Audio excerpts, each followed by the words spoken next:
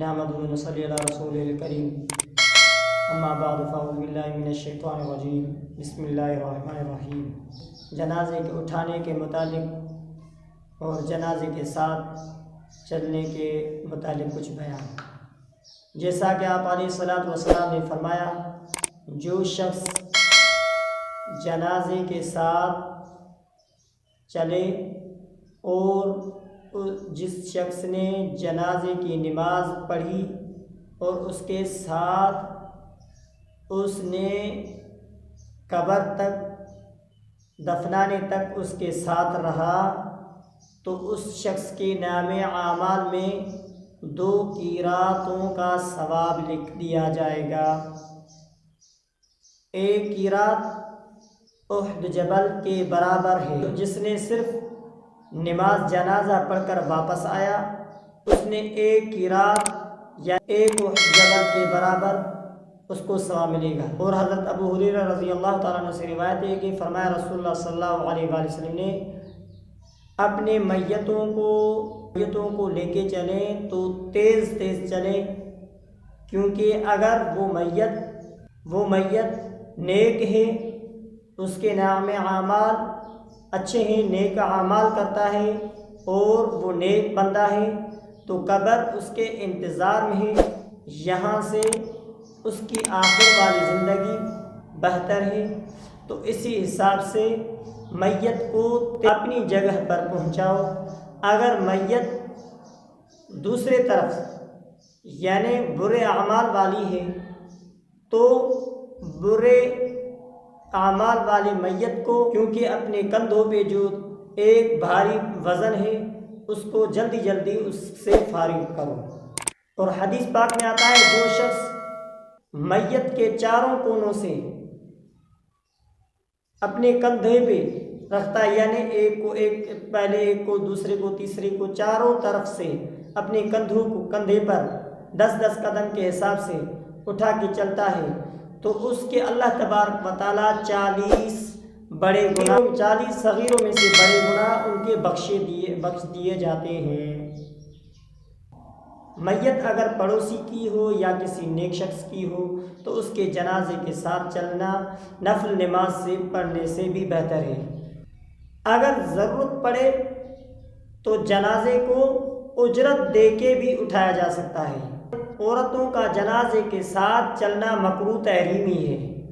جنازہ اگر چھوٹے بچے کا ہے تو اس کو ایک آدمی اپنے ہاتھوں میں اٹھا کے، پہلے ایک نے اٹھایا، پھر اس نے دوسرے کو دیا، پھر اس نے تیسرے کو دیا، ایسے ترتیب کر کے ایک بندہ اس کو اپنے ہاتھوں سے اٹھا کر وہاں قبر تک پہنچائے۔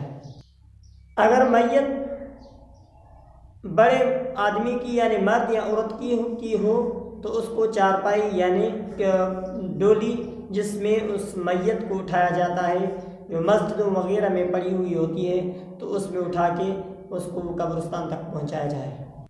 جنازے کو 2 بندے نہ اٹھائے، مثلا ایک آگے چارپائی سے ایسے، دوسرا پیچھے سے چارپائی کے بیچ میں، ایک آگے چارپائی کے بیچ میں، ایسے نہیں، چاروں کونوں سے ایک بندہ کم از کم اس کو اٹھا کے چلے۔ اگر ایسا کیا یعنی ایک آگے سے ایک پیچھے سے، تو یہ مکروہ ہے۔ ہاں اگر کوئی مجبوری ہے یعنی گلی تنگ ہے، راستہ تنگ ہے، تو اس صورت میں جائز ہے۔ جنازے کا اٹھانے کا مستحب طریقہ یہ ہے کہ ایک بندہ کم از کم ہر کونے پہ 10-10 قدم چلے، 40 قدم چلے، 40 قدم تک اس کو اٹھائے۔ پہلے ایک کونے کو، پھر دوسرے کو، پھر تیسرے کو، پھر چوتھے کو، چاروں کونوں تک 40 قدم، کم از کم 10-10 قدم۔ جنازے کو تیز لے کے جانا مصنون طریقہ ہے، مگر اتنا تیز نہیں کہ جنازے کی چارپائی یا جنازے میں حرکت ہو جائے۔ جنازے کے ساتھ پیدل چلنا مستحب ہے۔ اگر کوئی سواری پہ ہے تو جنازے کے پیچھے چلے، جنازے کے آگے نہیں، جنازے سے آگے نہیں۔ جو لوگ جنازے کے ساتھ ہیں وہ نہ اس کے آگے ہوں، نہ دائیں نہ بائیں، لیکن پیچھے سے چلیں۔ جنازے کے ساتھ جو لوگ چلیں ان کو چاہیے کہ وہ کوئی دعا یا ذکر اذکار آپ بلند آواز سے نہ کہیں، بلکہ آہستہ، اگر کسی نے کہا دل میں ذکر اذکار تو ٹھیک ہے، لیکن بلند آواز سے نہیں کہنا چاہیے۔ جنازے کے ساتھ چل رہے ہیں ان کو چاہیے کہ جنازے کو اپنے کندھے سے اتارنے سے پہلے ان کو پہلے بھیجنا صحیح نہیں ہے۔ اگر کوئی مسئلہ پیش آ جائے تو اور بات ہے۔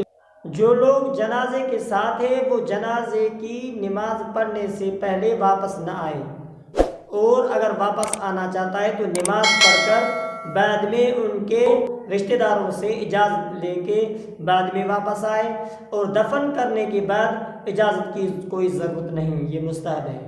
آپ علیہ الصلوۃ والسلام اکثر جنازے کے ساتھ پیدل چلتے ہیں، اور جب تک جنازے کو اپنے کندھے سے نہیں اتارا جاتا آپ علیہ الصلوۃ والسلام کبھی نہیں بیٹھتے۔ فرمایا رسول اللہ صلی اللہ علیہ وآلہ وسلم نے کہ میں کیسے جنازے کے ساتھ سواری پہ بیٹھ کے جنازے کے ساتھ چلوں، جیسا کہ اللہ کے فرشتے جنازے کے ساتھ پیدل چل رہے ہیں اور میں سواری پہ بیٹھ کے چلوں۔ ہاں، جب جنازے کو دفن کر کے واپس آتے ہیں تو کبھی کبھار آپ علیہ الصلوۃ والسلام پیدل واپس آتے ہیں، کبھی کبھار سواری پہ واپس آتے ہیں۔ حدیث پاک میں آتا ہے کہ جب آپ علیہ الصلوۃ والسلام جنازے کے ساتھ چلتے ہیں تو اکثر خاموش ہو کے جنازے کے ساتھ چلتے ہیں، اور اکثر اپنے دل میں موت کی گفتگو زیادہ فرماتے ہیں۔ دعا اللہ تبارک و تعالیٰ سے جو ہم نے کہا قبول و مقبول فرمائیں۔ وآخر دعوانا الحمدللہ رب العالمین۔ آپ نے اگر ہمارا یوٹیوب چینل سبسکرائب نہیں کیا تو سبسکرائب کریں اور بیل آئیکن کو ضرور دبائیں۔